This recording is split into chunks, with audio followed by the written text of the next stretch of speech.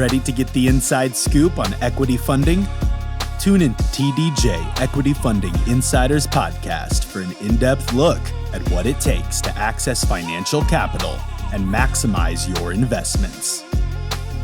Hear from experienced professionals, including bankers, underwriters, loan officers, and industry experts as they share their unfiltered stories and valuable lessons on securing funds.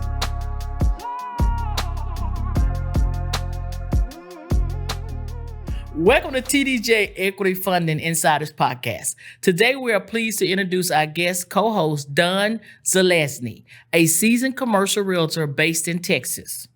With over 4 decades of experience in real estate investments since 1982, Don has honed his skills in finding the perfect spaces for businesses to thrive and helping investors achieve remarkable returns. Don's expertise extends far beyond real estate.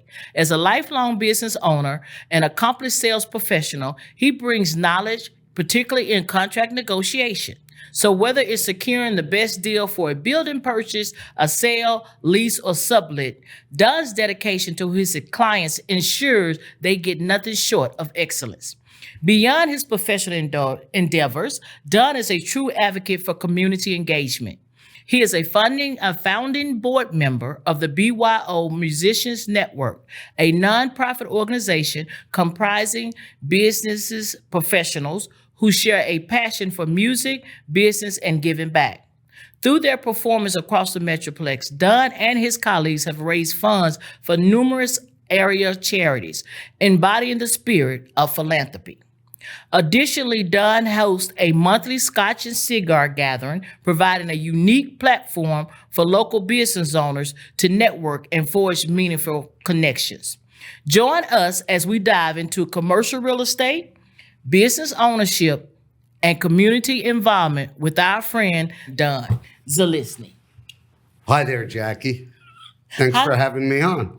Thank you for being here as well, Don. We want to we want to welcome you coming in. And I love, like I said, what we did for us introducing you. It tells us so much of what you actually do, what you can bring to our table for our listeners. So as I say, if I can talk a little bit with the listeners, that we bring people in, it's not just about the funding of the bank itself or getting a loan, but you also need to know what you need to do to get to that process. And Don is the one that you can actually listen to. So we're going to listen to Don, see what he got to say and bring to us as a commercial realtor here in Texas.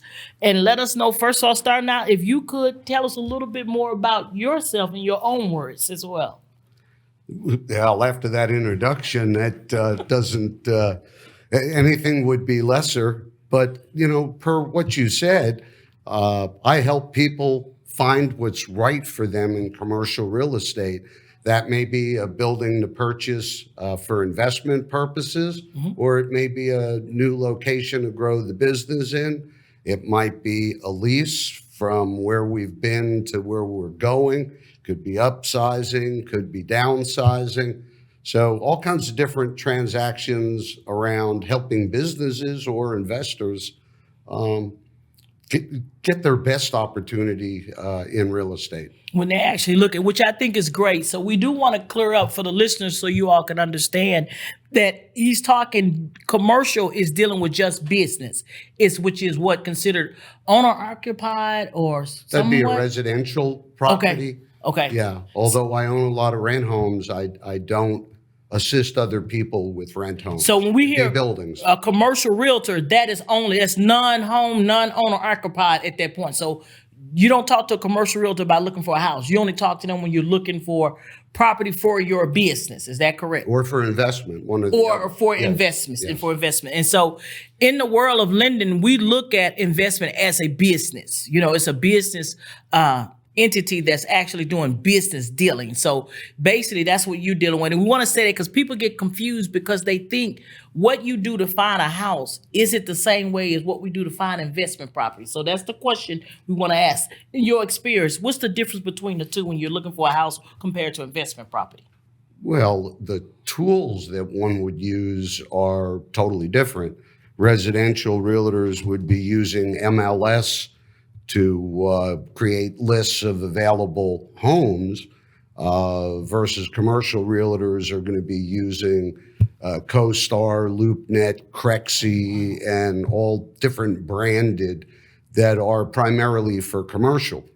And they're going to tend to have more information in them, such as information about the revenue streams. If they're investment properties, what do those properties create? That's what's going to help determine if you're going to lend somebody money, Jackie, because a lot of that investment may be, does this person have enough to put down to make it cash flow? But cash flow is the magic. If you don't see the cash flow, Right. they're going to have to be really, really wealthy before you're going to find them good money, right? The investment has to make economic sense unto itself. And having counting in my background in terms of investors, the very first thing we do is we look at what the potential for cash flow on this property is based on the type of loan, how it's amortized, what the interest rate is on it, and we take what that cost is Right. And subtract that cost from what the revenues are currently to get a good sense of, does this cash flow? Okay, so let me make sure I'm hearing this right, which it sounds really good. So as a commercial realtor, you can help them do the numbers they need to see if the property they're looking at is going to cash flow. Because let me say that I don't want to cut off. I want to get this out because you said something that we see all the time. People are not aware, investors are not aware of their numbers. I'm talking about people that have property that maybe have had 11 properties. It doesn't mean you know numbers. I found that out. So if you're going into investment and you're looking into doing some investment, it sounds like a commercial realtor needs to be on the team because you know how the numbers work and how everything needs to work when they start looking for property. Is that what we're saying? It needs to work? Well, I'll start my answer with, I really don't have a crystal ball.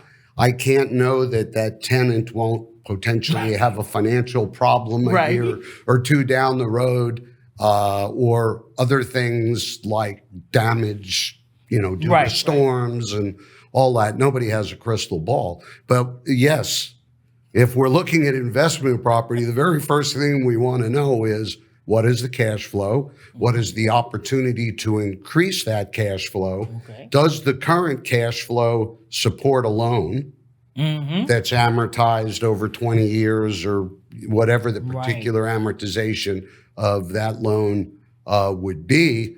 What we've seen more recently, because interest rates have gone up, it forces owners to sell at higher cap rates to the buyers who want to buy them. But it's also that higher interest has eaten into a lot of people's ability to simply get the deal closed. Right. Okay. So that's where you guys can kind of see what's going on, and then you can kind of come up with a plan to help the client based on, and I understand what you're saying, we don't have a crystal ball, based on what you're looking at, the actual facts, the numbers. What we got right now. Yes. Right. And that's what, and that's even a start because, as investors, and I do investor as well too, and I'll be honest, it's sad to say, I didn't know my numbers when I first started. I was kind of like forced in it because my dad passed and he left property, and there you go. You know what I'm saying? But I realized down the road that it was some things that we got interested in that you want to start purchasing. You have to have professionals in your investment career. And for some reason, people think, and I did it first too, Don, I can find it by myself. So based on what you're saying, that is what I did not know. And when it comes to a business deal, you need to look at it as a business deal and the numbers have to work. Am I correct? Well, the numbers have to work. But it also has to work for the individual. Okay. Right? Because, we all have different gain, what we're looking to gain in the long haul, somewhat predetermined when we're beginning to search for some kind of investment. I'll use a recent client of mine as an example. This is an individual who is very gainfully employed, 55-hour weeks or more, making a lot of money on a monthly basis. And his sense is, I got stocks and some of these other things, but I want to own some of my own real estate. I had a piece of commercial land listed, and he called about the commercial land. And as I asked questions and he communicated with me about what his goals were, it started to not jive with a piece of commercial land. Because where did this individual have the time to begin to develop the property and manage the property? Remember, he already had a full-time job, which was making the money that he was earning currently. So after some discussion, I had suggested to him that I could help, but that what we really need to look for you would be a piece of commercial building that has one or two tenants in it or three, because you can't deal with a retail center with 20 or 30 people, or you're going to have to hire managers. If you want to do this yourself, which was one of his requirements, right? So we have offers on a building with two tenants that should cash flow very, very well. And we've looked at what the price to buy would have to be and what the interest rates would have to be in order to be able to generate that cash flow. So for that person, that was fantastic. For somebody else who wants to do an awful lot themselves and take yet more risk, maybe the idea of a building with lots of tenants that I can turn them every few years and raise the rents should rents keep going up might fascinate them more. Okay, so that leads into my next question to talk to, because you've already mentioned, which is what we look for in a commercial realtor. And listening to you, I wanted to mention that I see that you need someone that can look at the whole picture of what you got going on, not just selling you on what you have actually said you wanted. And I think that's good. So if you could, do you have some other points you can give our listeners for us when you look at a commercial realtor? What are we looking for when we go to get one? What do we look for? Oh, I think I'm going to say we look for the same things we look for in all the professionals that we want to work with. Can we communicate readily and easily? Readily, that's the key. Do we feel in our hearts that our best interest is truly top of that person's mind? Or are they looking to sell us something? On that subject, I want to comment about the real estate industry and how it's set up and who represents who. Okay. A lot of people feel like they can drive by a sign and call the number. And, should they have the appropriate amount of money and experience and what have you, maybe they can close. But that person has no obligation to you whatsoever. That person's obligation is to the seller that he has the listing with. That's true. Okay, There's so one that I spoke of a little while ago. But let me ask you this. He Hold thought on. it was weird. I want to break you up before you stop, because Okay. we ran into this. So are you saying when an agent says, I'm the agent for the building, but I can help you too? Okay, because that's what they say on the same building. And so explain, because that's where I know my listeners go, because we've had that discussion. How does that work then? If you just saying that person that you called is for that building, right? Their job is to sell that property or lease For that property. client, that's yes. that client. It's not So to I'm worry not about their you. first- That's what I'm saying. I'm not Yeah, their it's first to get the party. most money out of you. Oh, That's their job. Okay, That's so, my job when I represent a building, an owner. My Okay. job is to get them the most that we possibly can get okay. in that deal. When I represent the buyer or the right. tenant, my job flips. My job now becomes what's in the best interest of that buyer or tenant, and what's the best deal that can possibly be negotiated. And if I always tell people, there's another property. We don't have to do this one. Right. There's always another property, right? You got options. We say that too. You always got options. This may be what came to the top now, but, That's right. but we've got other options. And on that buyer-tenant represent side of being a realtor, Your job as a realtor is to look at all of the properties that are available in the market, assess them against what it is that the client is seeking, whether it be size or location or certain pricing, and eliminate most of it, and bring to them the handful of them that closest fit, because nothing's 100%. They want what will work for them. Exactly. Right. At TDJ Equity Funding, we understand the challenges you face. Whether you're expanding your business, investing in real estate, or launching a startup, we've got your back. Our expert team of loan brokers is dedicated to helping you secure the funding you need, hassle-free. Imagine a future where your business thrives, where opportunities are endless and working capital has made a great difference in your business. TDJ Equity Funding can make it happen. Booking an appointment with us is easy as pie. Just visit our website at www.tdjequityllc.net and take the first step towards your financial success. Don't let your dreams gather dust on the shelf. Seize the opportunity today. Visit www.tdjequityllc.net and schedule your appointment with TDJ Equity Funding. Let's turn your dreams into dollars. Welcome to Frameworks Consortium, your partner for sustainable business success. Frameworks Consortium is your strategic guide, providing you with clear, actionable roadmaps to achieve your business goals. Our team of seasoned strategists provides expert guidance, ensuring you make informed decisions with clarity and confidence. We develop customized solutions that align with your unique business objectives, fostering growth and resilience in an ever-changing business environment. Connect with us today and harness the power of strategic planning for your business.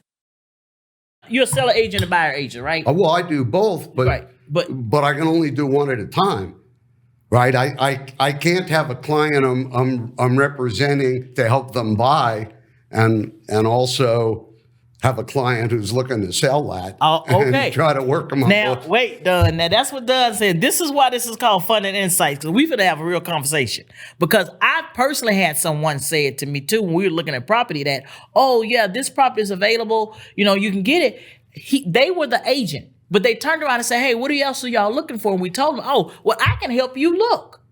And I felt, I don't know if that's the best thing to do, because everything she took me to was the properties that she had listings with, which was okay. But I was starting to think, is she really looking at what's best? And then I found out the same person owned all those that she showed as well. So I didn't get anything outside of that. So you saying, but if I had my own buyer's agent, his job is to do what you just said you would do, to make sure, check out everything. It's got nothing to do with who owns what out there. Right. It's how the property meets the requirements that investor or business has presented they want, from this many square feet. If it's industrial something, I care about how high my ceilings are. And what they going to do with the property, you want to see what that is. Well, too. You know what? I kind of want to know what people do and what their businesses are, and where they're trying to go with their business, and what are the challenges with, if they're already in a property. I love to walk the property they're in already, because it's really easy to get them to run their mouth about what they don't like. Right. Great insight on my part, right? Okay. Now I know all the stuff they don't like. Let's try to find stuff that has the things that they do like. Okay, well, listen to that, guys. You heard it. Don gave all the commercial realtors, if you're not doing it, he just gave you a tip of what you could do, which I think is really great. This is residential also. Yeah, I think it's great. It's the same either way. You know, you go look to buy your next home. You want to see the home you might want to get a residential realtor to represent you to go find that home. I do need to say, people push back on this, because we want exclusive relationships. If I'm going to show you properties and analyze them with you, take my time doing that, I want to make sure when you're ready to buy one of them that we've presented, that, you know, I'm going to get paid my share of the commission. And in some instances, landlords or owners who are selling won't pay commission. in some instances. In some instances. Some instances. So we said, and we can talk about it on the show. Are you saying the pushback? Let's talk about the pushback. Why is it a pushback? And explain to them what is really going on so people can know why they should do it. I mean, you know more about what's involved with it. Well, their pushback is, I feel locked into that agent. The agent feels like I'm now going to get up every morning working for you. I want you locked in. Right. So for the inexperienced buyer, to go about trying to do this without having a buyer representative, or even if we're leasing our first space for a business, you want to go with somebody who knows the ropes, knows what's going on out there, and has your own best interests at heart. Exactly. All agreements that Texas Real Estate Commission puts together, it mandatorily, whoever signs these agreements has a one-pager that they have to sign that explains the difference between a seller's agent, a buyer's agent, or in the instance of an intermediary relationship. And that it comes into play with a real estate company that's got a lot of different agents. One agent might have it listed and another agent might be bringing the buyer to it. That's intermediary status. And you actually have to approve if you're willing to investigate that transaction because they got both sides of it. It's kind of similar to what you described about the agent who took you to only the properties that they represented. Okay, so that's something we all need to be aware of. Again, this is the insights behind it. I mean, we're not commercial realtors. We have to take part of all these different professionals. But what I teach is that you need to know a little bit about it before you go to them. That way, you all can have a conversation that's pretty an intellectual conversation, but one that really works for you. So that means coming into, like you said, the first thing, and I think that's really great, is to go with a commercial realtor. You see properties that you want to get, and even those that have been in business for a while doing real estate, you're looking for your own property, switch and try going with the commercial realtor because that data is out there. And I will tell you, when it comes to you making a decision on what you should buy, the days of buying stuff a gut feeling is over. You need to go by actual data that you have, and you guys collect that for us so we can make those intelligent choices. Am I correct? Yes, intelligent choices, but I'm still going to say there's always a little emotion associated with, why do we like this property more than the other? Right. Why am I willing to take a little less cash flow to get this? And we can analyze that maybe we think rents are going to go up higher, but there are other things that drive people, the prestige level. Right? A long-term hope of greater appreciation because it's in a better neighborhood, right, to begin with. There's a lot of factors other than the numbers that we need to look at, that need to be looked at. If we're going to go to Jackie and get financing, we better have our numbers straight before we get there. As a matter of fact, I have to say this because a frustration that I've learned how to deal with as a realtor, especially with the new commercial buyers, not the people with lots of experience.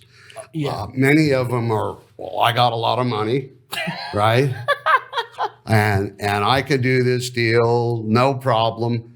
And you start asking them questions about, well, what's your net worth and how much free cash do you really have sitting there? Or what is what is the DSR, CR on it? They don't know what that is. They don't know what that is. They don't know how.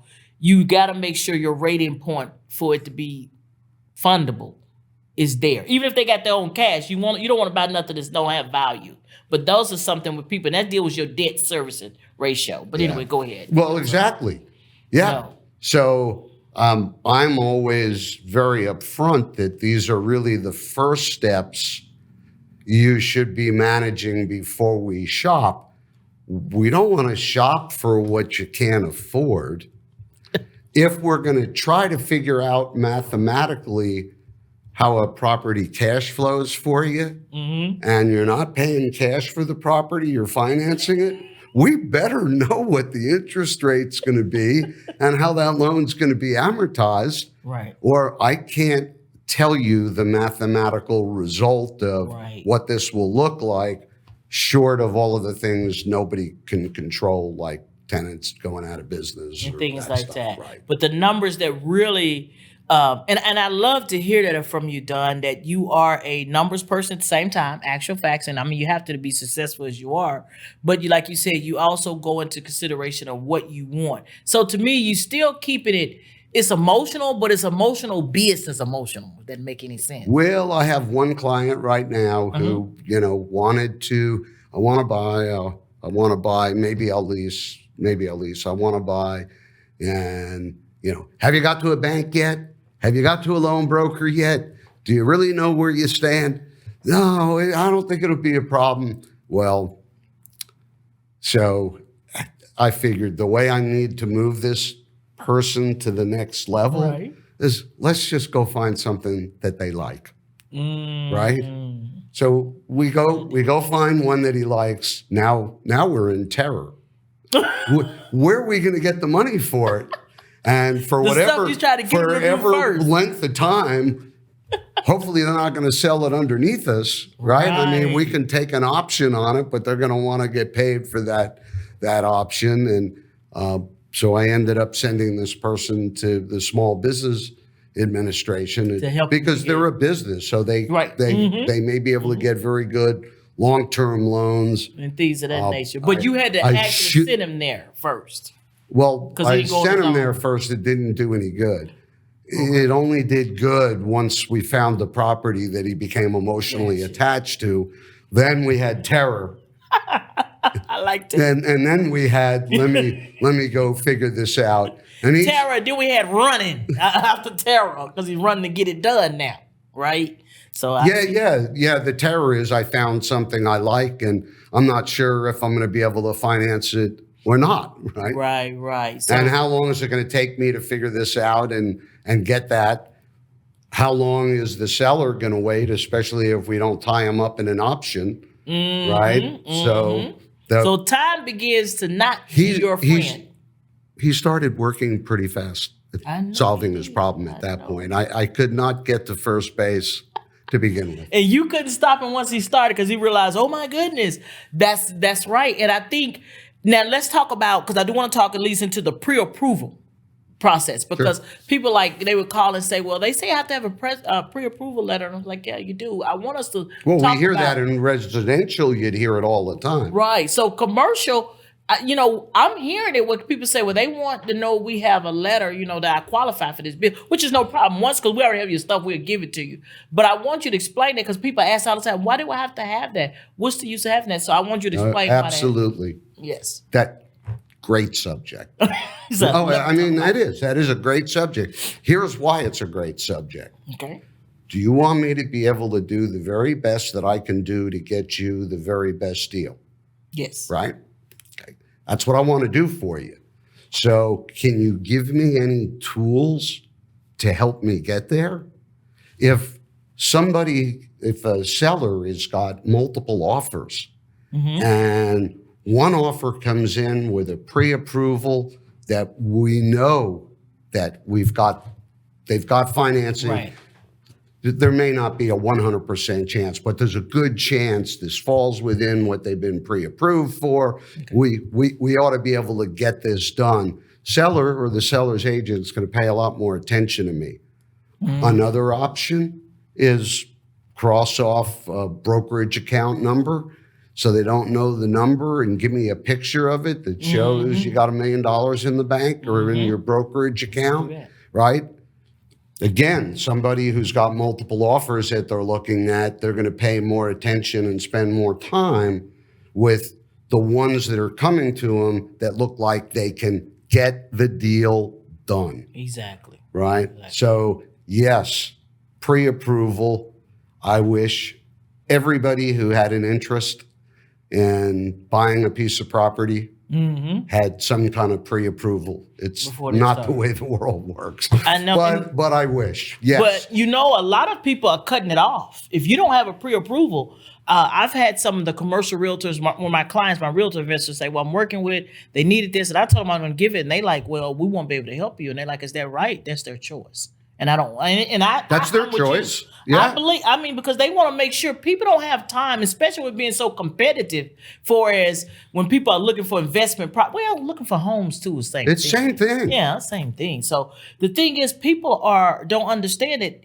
What's going on? You only see you try to get this property. You don't see what else is going on. The realtor see, and the loan broker, we see everything happening real quick. And you're right. There are several offers that's going on. And you think, oh, I can just wait. You can't. You got to come correct. And the first way, which I think is a good idea, is that if they can show their money market account, showing that they have that money in a statement, a bank statement somewhere. Or a pre-approval letter from a lender. Yes. Right. So if you don't get to us to get a pre-approval letter, then you can at least have your bank account that you can show your realtor something to get started. Yes. So we want you all to understand how it is important to get that type of evidence for somebody to work as hard. Like you said, I don't want to be working that hard and find out you don't even have a down payment. I mean, whatever's needed, you don't have it. Who wants to do that? So I'm silly enough to do that. I just explained one that I did, but it was my strategy that he needed to be emotionally connected to a property before real action on how am I going to financing it is going to take place. It just made it a lot more real. Well, I tell you what, I do appreciate you. So to wind down for today, what is one of your big, advice or call to action you want to talk to our lenders about today? What do you want to say to them on your takeaway? To talk to lenders? To talk to our listeners today. Thank you. Yeah. Our listeners. What do you want to give them for as a call to action for our listeners? For those who have interest in buying, selling, renting, subletting commercial real estate, Don Zelezny of the Zelezny team, or www.zeleznyteam.com.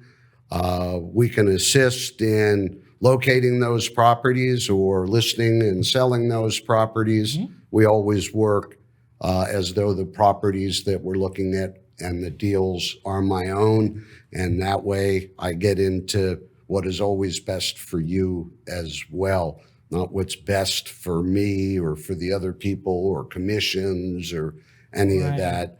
And I think my specialty, having been a business owner longer than being a commercial realtor, is understanding the business drivers to why we're even making these considerations. It's what I want to know first. Right. And then go get your money lined up before we go shop. Right, definitely. Yeah, definitely go do that. Well, we want to thank you for being here today. I have really enjoyed you. You've given us some information, and we definitely want to welcome you to come back. Okay? Definitely want you to come back. Jackie, I can't thank you enough for this opportunity. I feel absolutely honored. You should be. You are a piece of great work. Well, thank you. I work hard. I know you do. And I appreciate you. So this is what I want to say to our listeners. If you guys would want to get in touch with Don, you can go to our website at www.tdjequityllc.net podcast, where we'll actually have a connection on our site so you guys can reach out to him as well. And so I want to thank you guys for coming in. And if you like the information and would like to learn more, please log on to our website at tdjequityllc.net podcast. And until next time, you all thank you and take care. We hope you enjoyed this episode of TDJ Equity Funding Insiders Podcast. If you'd like to be a guest or get in touch with us, please visit our website at tdjequityllc.net/podcast or email us at podcast@tdjequityfundinginsiders.net. Until next time, take care.